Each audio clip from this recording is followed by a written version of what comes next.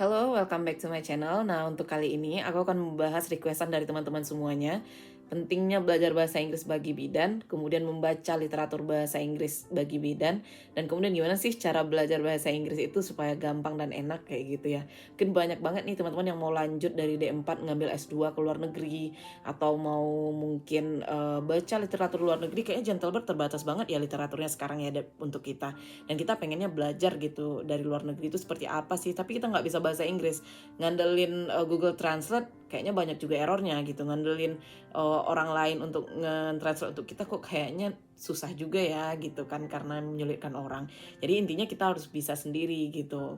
Untuk bahasa Inggris sendiri, aku latar belakangnya adalah seorang pelatih debat bahasa Inggris untuk beberapa SMA, dan pernah juga melatih untuk tingkat Poltekkes, S2 Poltekkes di Semarang. Aku pernah melatih debat mereka, dan kemudian juga telah mengikuti kompetisi debat nasional itu sekitar 4 kali, dan 1 kali kompetensi kemampuan berbahasa Inggris nasional untuk tingkat Poltekkes se-Indonesia gitu. Jadi aku sangat mendapatkan manfaat dari bahasa Inggris itu sendiri gitu. Kenapa sih penting banget bagi kita belajar bahasa Inggris para bidan? Kalau pada saat kita mahasiswa, jelas kita kalau misalnya menguasai kemampuan bahasa Inggris, chance kita untuk mendapatkan beasiswa, chance kita juga untuk mempelajari hal-hal yang kita mungkin tertarik tapi nggak ada literaturnya dalam negeri itu lebih luas lagi kayak gitu. Jadi teman-teman yang ingin berprestasi, kemudian ingin ikut perlombaan nasional, itu teman-teman bisa banget memanfaatkan kemampuan bahasa Inggris teman-teman untuk pergi ke event-event yang luar biasa itu. Bahkan mungkin di masa depan teman-teman ingin mengikuti konferensi ICM dan sebagainya macamnya. Kalau nggak punya modal bahasa Inggris, nah di sana nggak ada interpreter, ya gimana caranya kita dapat memahami ilmu mereka gitu kan. Jadi sebegitu pentingnya bagi kita kalau misalnya kita memang purpose-nya pengen maju, berkembang, dan mengglobal kayak gitu. Tapi kalau misalnya nggak ingin berkembang, inginnya ya segitu-segitu aja, nggak ingin mungkin melihat dunia lain, ya it's okay juga sih sebenarnya, nggak masalah juga gitu. Nah yang kedua, kalau kita udah jadi bidan, pentingnya kita punya kemampuan bahasa Inggris itu adalah, itu jadi nilai plus banget bagi kita di tempat kerja kita gitu. Banyak sekarang rumah sakit yang sudah internasional dan mereka membutuhkan tenaga-tenaga yang mempunyai kemampuan bahasa Inggris yang bagus. Jadi akan diminta banget TOEFL, akan diminta banget IELTS teman-teman. Tapi kalau misalnya kita nggak punya kemampuan itu, otomatis kita akan tereliminasi dengan sendirinya. Dan itu mungkin merugikan bagi teman-teman yang cita-citanya tinggi seperti yang di mahasiswa tadi juga gitu. Jadi kalau teman-teman memang cita-citanya bekerja di rumah sakit yang besar, kemudian menjadi dosen dan ingin kuliahnya di luar negeri, otomatis ini kemampuan vital teman-teman yang harus teman-teman pahami dan bisa gitu. Bahkan mungkin teman-teman di Poltekkes baru masuk kuliah itu udah langsung disuruh tes TOEFL kan, mau tamat juga disuruh lagi tes TOEFL, ada batas nilai minimumnya berapa baru bisa lulus. Itu saking pentingnya kemampuan ini gitu. Dan mungkin juga ada banyak juga yang pengen keluar negeri untuk bekerja, mungkin di Jepang, mungkin di Inggris, mungkin di Saudi Arabia. Walaupun teman-teman nggak menguasai bahasa asing lain, at least English ini memang harus dikuasai karena dia cukup universal bahasanya ya. Jadi itu adalah kemampuan dasar bahasa bagi kita untuk kita bisa mengembangkan diri gitu. Nah, pentingnya juga selain pengembangan karir itu untuk kita bekerja sehari-hari. Jadi kalau sekarang, kalau misalnya kita masih memakai ilmu lama yang nggak update, itu seringnya kita ditinggalkan oleh masyarakat. Jadi teman-teman mungkin bisa lihat ada banyak bidan yang nggak ada pasiennya, kemudian ada bidan yang dibilang, oh dia masih pakai cara lama gitu, karena memang mungkin dia nggak update dengan ilmu pengetahuan terbaru. Salah satu cara untuk kita mengupdate ilmu pengetahuan terbaru adalah dengan menguasai bahasa Inggris.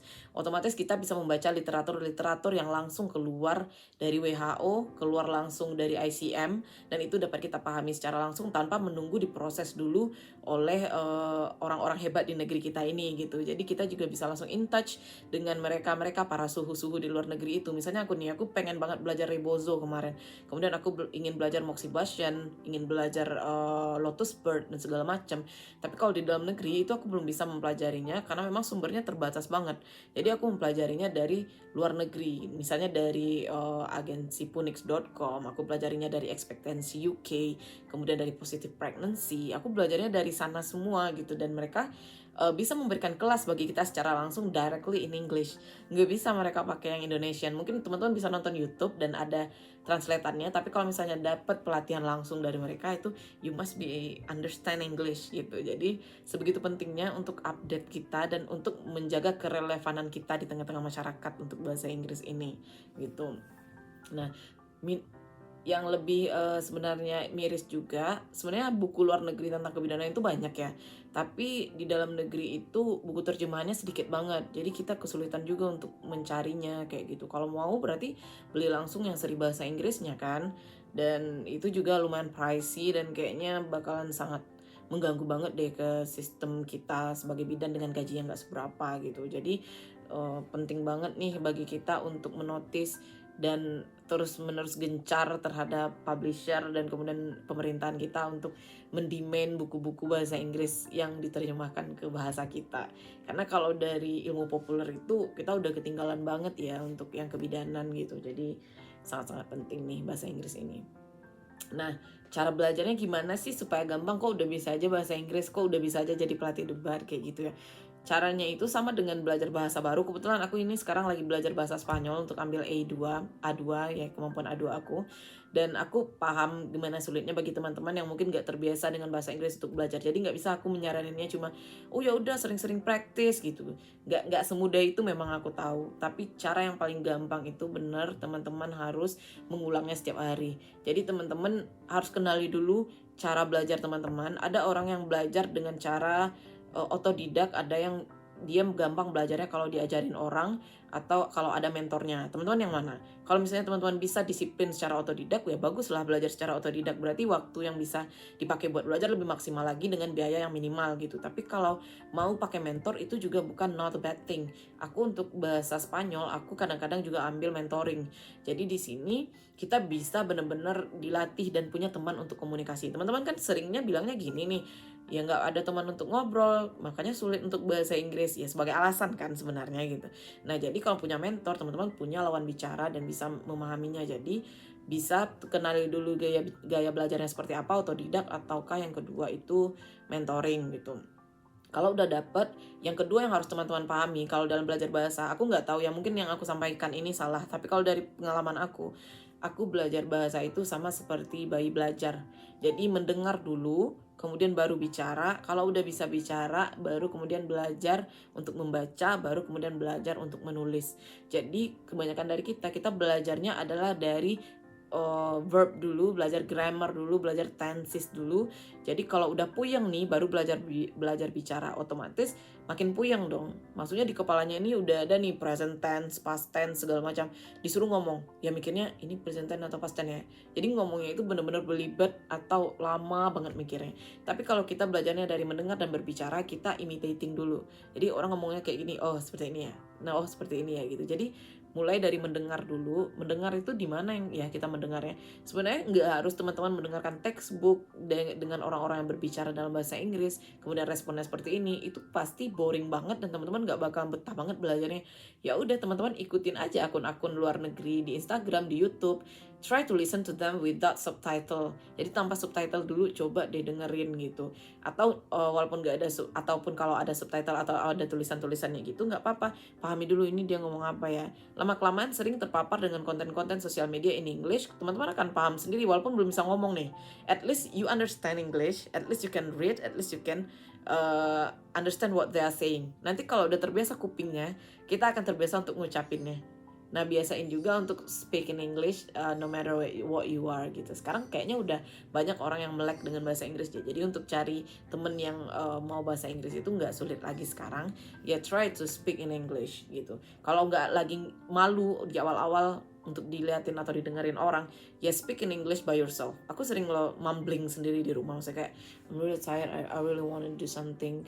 Aku sering ngomong seperti itu sendiri just to keep myself to practice my English. Karena aku sadar aku sebagai bidan di lingkungan kerja aku nggak ada orang yang berbahasa Inggris, dan kemampuan bahasa Inggris teman-teman aku juga nggak ada yang terlalu advance, hanya satu-satu yang sangat advance. Jadi akan sulit untuk menemukan lingkungan. Ya I should speak by myself, I should write by myself in my social media tanpa harus nunggu orang lain dulu gitu.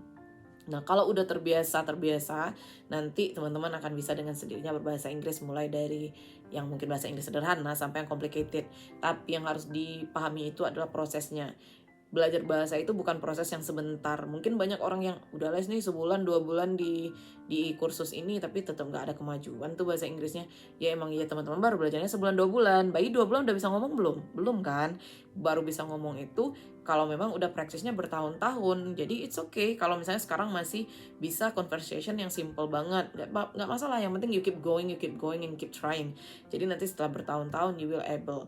Nah, jangan tergesa-gesa untuk memetik hasil, dan tetap rajin untuk practice. One day you will be able to speak English and deliver your speech. Dan itu akan beneficial banget di masa depan, di mana teman-teman tahu revolusi industri, kemajuan zaman udah luar biasa banget sekarang.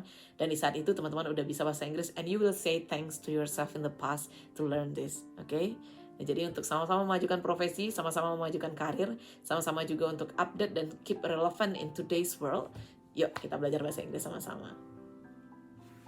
Sekian dulu mungkin vlog yang hari ini ya. Mungkin bagi teman-teman ini sok-sokan banget nih orang ini atau sok tahu banget nih. Nah, maafkan aku kalau misalnya ada kata-kata mungkin yang terdengar menggurui tadi, tapi I really have a pure intention that I want you to be able to speak English and you can feel the benefit that you will receive in the future gitu. Terima kasih, sampai jumpa di vlog berikutnya.